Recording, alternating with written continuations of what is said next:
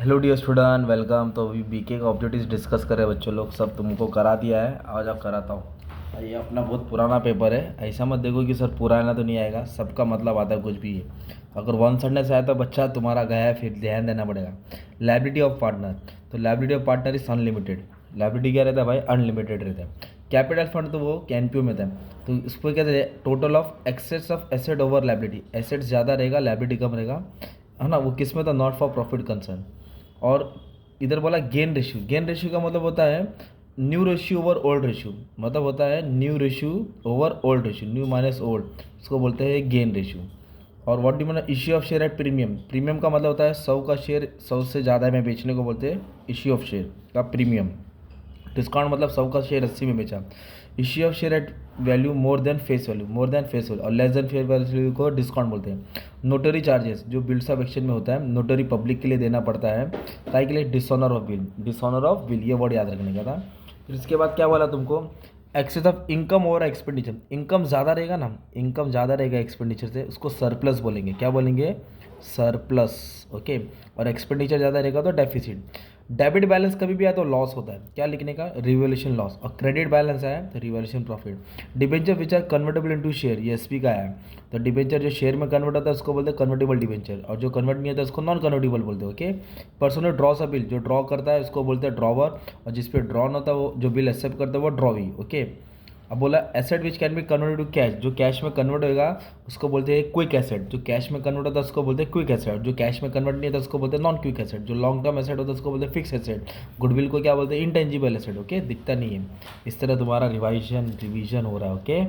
अब बोला dissolution expense are credited to. देखो, रियलाइजेशन के डेबिट होता है ना, तो कैश बैंक के क्रेडिट होएगा ना बंटी। प्रीपेड एक्सपेंस क्या होता है? एसेट्स होता है। क्या होता है? और आउटस्टैंडिंग क्या होता है? लाइबिलिटी। बिल कभी ड्रॉ किया 23 सितंबर, 23 सितंबर, 4 महीने के लिए, तो ये 9 है ना, इधर 4 ऐड करेंगे, और इधर 3 दिन कंपलसरी ऐड करता है। तो 26 जनवरी मेरा बर्थडे, 13 बोले तो 1 जनवरी मेरा बर्थडे आ रहा है, तो मेरा बर्थडे बोले तो 26 जनवरी। 26 जनवरी को बैंक बंद रहता है, तो एक दिन पहले लेंगे। अगर 15 अगस्त आया तो 14 अगस्त लेना है, 26 जनवरी आया तो 25 जनवरी लेना है। कैपिटल इज एसेटेड, ये तुमको नहीं है, पुराना है। हाँ, from financial statement analysis creditor are interested to know. तो क्रेडिटर क्या देखता है? लिक्विडिटी। क्या देखता है बच्चा? लिक्विडिटी देखता है। अब ट्रू और फॉल्स से लेटर भी करा तो पूरा 20 मार्क जमा हो जाएगा। Balance sheet is a nominal account, false. Balance sheet कोई अकाउंट नहीं, वो स्टेटमेंट होता है। Drawee can transfer the ownership will, नहीं भाई, ड्रॉवर ट्रांसफर करता है, ड्रॉवी नहीं। Debit balance of insolvent partner जिसने किया है, is known as capital deficiency. Yes, true. ये जिसने सम सॉल्व किया है वो कमेंट करो। अब bill drawn in India payable in Japan, उसको फॉरेन बिल बोलते हैं। यस। और बिल ड्रॉन इन इंडिया मतलब बिल ड्रॉन इन मुंबई, और पेबल इन यूपी तो उसको बोलेंगे inland bill. Okay. Single entry system वाला नहीं है ये। तुम्हारा देखो 5 मार्क का परफॉर्म आएगा। क्या दिया? ड्रॉवर दिया है और पेई भी दिया है ना। तो कैसे हम सॉल्व करेंगे? ड्रॉवर का एड्रेस इधर आएगा। ओके, इधर लिखने का बिल ऑफ एक्सचेंज। 2 डेट है, 16 और 20। 16 तारीख ऊपर आएगा, 20 तारीख इधर आएगा नीचे, 16 ऊपर, ये नीचे। इधर लिखने का स्टैम्प, स्टैम्प के नीचे लिखने का 15,000, 15,000 का था बिल ऑफ एक्सचेंज। कितना महीने का बिल है? 2 महीना, 3 महीना, 30 दिन, 60 दिन, 60 दिन।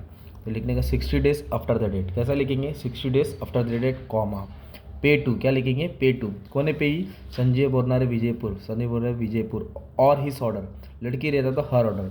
सम ऑफ रुपीज़, कितना रुपीज़ है? 50,000 only, 15,000 only for the value receive.